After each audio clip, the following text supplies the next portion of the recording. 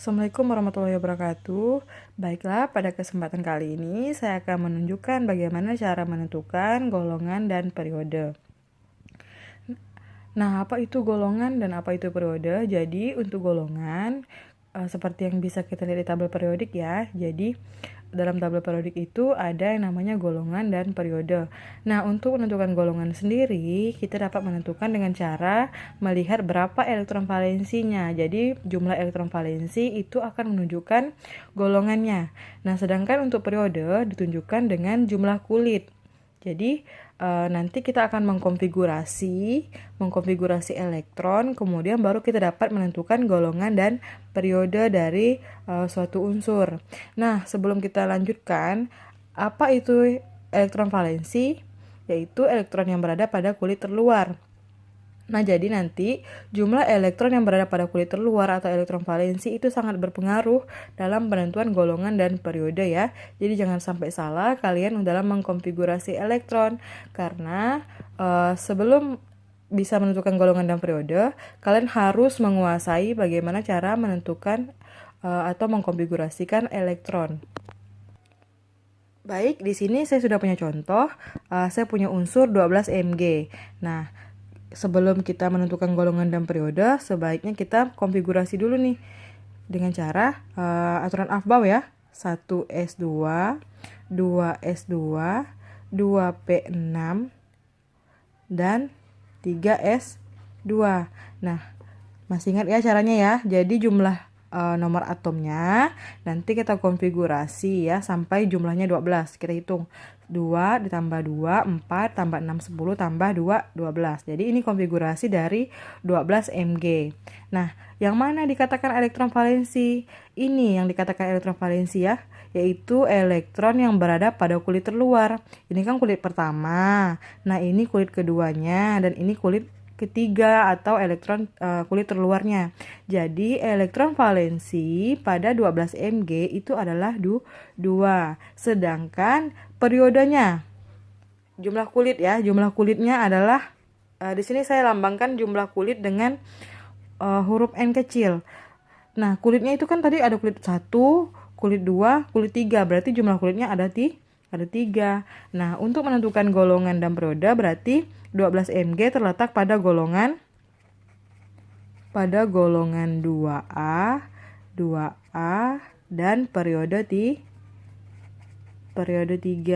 Nah, kenapa disebut golongan 2A? Kenapa tidak golongan 2 saja? Karena pada tabel periodik itu ada yang namanya golongan A dan golongan B. Nah, untuk konfigurasi elektron yang berakhir pada S dan P, itu adalah golongan A. Sedangkan untuk yang berakhir pada D dan F, D itu adalah golongan. Sedangkan untuk konfigurasi yang berakhir pada kulit D itu berarti dia golongan B ya, atau logam transisi. Sedangkan untuk yang F itu adalah unsur lantanida atau aktinida. Seperti itu ya. Jadi ingat, untuk yang berakhir di S dan P itu adalah golongan A. Sedangkan untuk berakhir di D itu adalah golongan B, dan di F itu adalah lantanida dan aktinida. Kalau 12 Mg tadi berakhirnya di kulit S, berarti dapat kita simpulkan kalau 12 Mg terletak pada pada periode golongan A.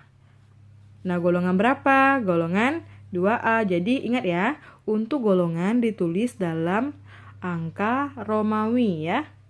Jangan sampai salah ya.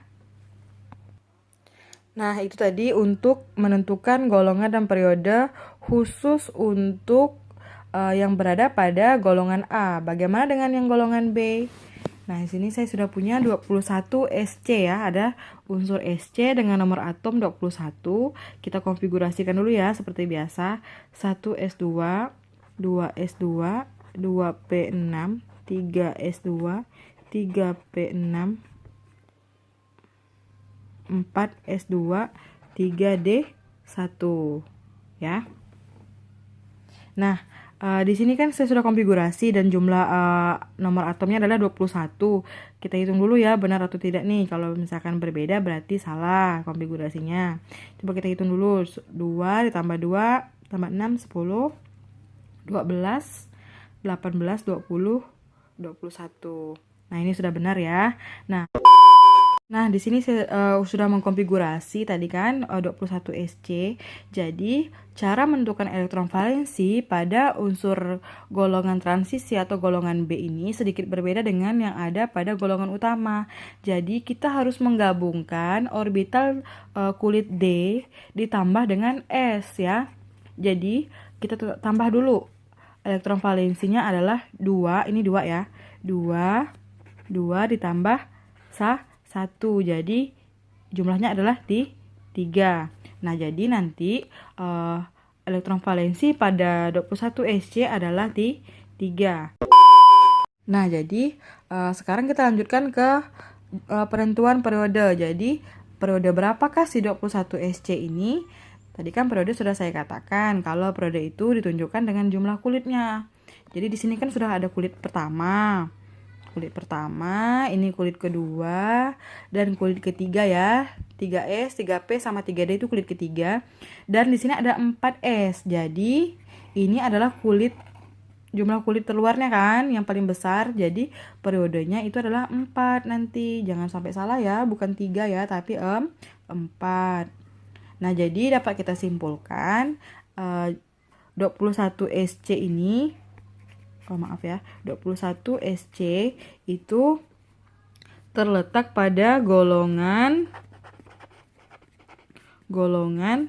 3B dan periode 4. Ingat ya, kenapa 3B? Tadi saya sudah katakan, untuk yang berakhir di orbital D itu adalah golongan B.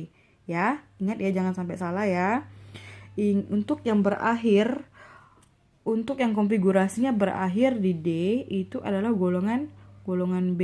Jadi seperti itu ya cara menentukan golongan dan periode pada unsur yang berada pada golongan transisi atau golongan B ya. Mana dengan jumlah elektron valensi yang jika dijumlahkan itu hasilnya lebih dari 8. Jadi untuk yang hasil penjumlahan elektron valensi ya, misalnya nanti hasilnya adalah 8, 9, dan 10, itu adalah golongan 8B. Ya, jadi ingat ya, 8, 9, dan 10 untuk jumlah elektron valensi 8, 9, dan 10 itu adalah unsur golongan 8B. Nah, untuk yang 11 dan 12 ini, kalau yang 11 adalah golongan